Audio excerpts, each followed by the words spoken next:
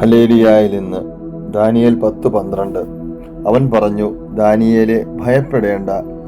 ശരിയായി അറിയുന്നതിന് നീ നിന്റെ ദൈവത്തിന്റെ മുൻപിൽ നിന്നെ തന്നെ എളിമപ്പെടുത്താൻ തുടങ്ങിയ ദിവസം മുതൽ നിന്റെ പ്രാർത്ഥന കേൾക്കപ്പെട്ടിരിക്കുന്നു. നിന്റെ പ്രാർത്ഥന നിമിത്തമാണ് ഞാൻ ഇപ്പോൾ വന്നിരിക്കുന്നത്. According to Daniel chapter 10 verse 12.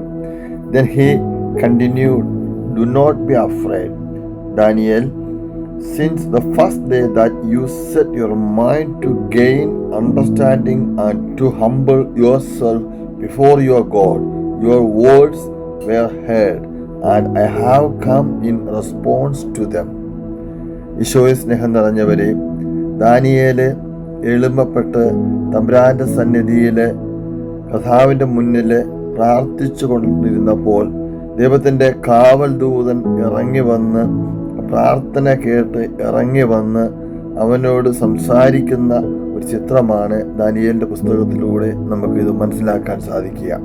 ഇന്ന് നമ്മളോട് ദൈവം തമ്പുരാൻ പറഞ്ഞു തരുന്നു, മകനെ, മകളെ, നീ തമ്പുരാനെ അറിയുവാൻ, മനസ്സിലാക്കുവാൻ, തമ്പുരാന്റെ മുന്നിൽ നീ എളിമപ്പെടുന്നുണ്ടെങ്കിൽ നിന്റെ പ്രാർത്ഥന കേട്ട് ഇറങ്ങി വരുവാൻ, നിന്നെ കാണുവാൻ, നിന്നെ സഹായിക്കുവാൻ ഇറങ്ങി വരുന്ന, നിന്റെ ആഗ്രഹങ്ങൾ കേൾക്കാൻ ഇറങ്ങി വരുന്ന ഒരു ദൈവദൂതനെ പറ്റി തമ്പുരാൻ ഇന്ന് നമ്മളോട് പറഞ്ഞു തരികയാണ്.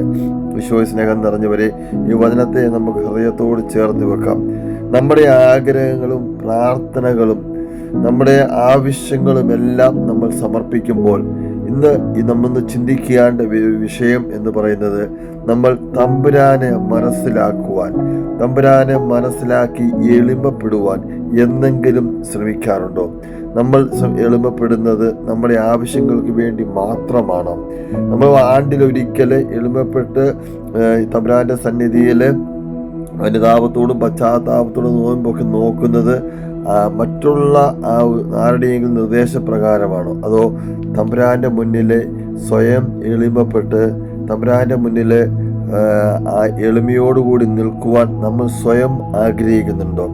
പ്രയാസത്തിന്റെ ബാബിലോൺ കാലഘട്ടത്തിലൂടെ ദാനിയേലിന്റെ കൂട്ടുകാരും ഇസ്രായേൽ വംശം മുഴുവൻ കടന്നു പോകുമ്പോൾ അത്രയും പ്രയാസത്തിലും ബുദ്ധിമുട്ടിലും അവർ കടന്നു പോകുമ്പോഴും തമ്പുരാന്റെ സന്നിധിയിൽ തമ്പുരാനെ അറിയുവാൻ എളിമപ്പെടുകയായിരുന്നു അവർ ചെയ്തത്.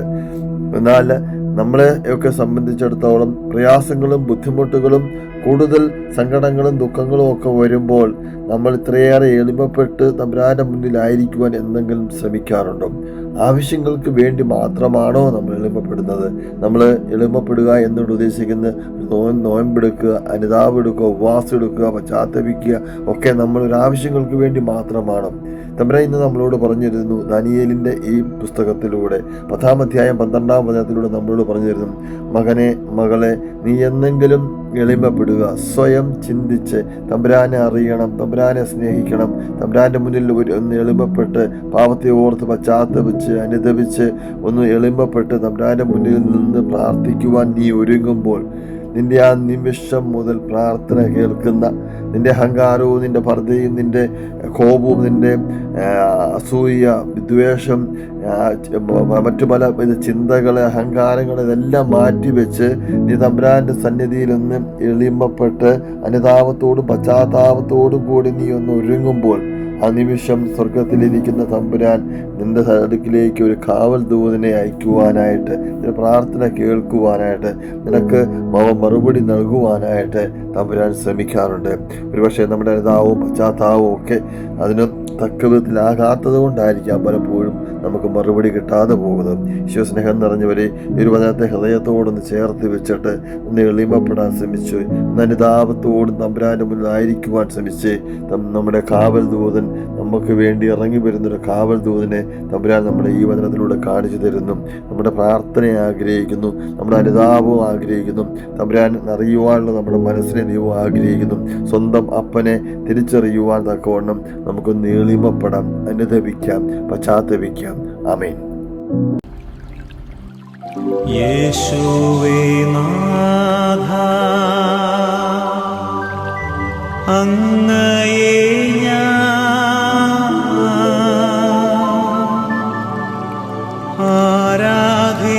ആരാധിക്കുന്നു. സ്തുതിക്കുന്നു. ജീവൻ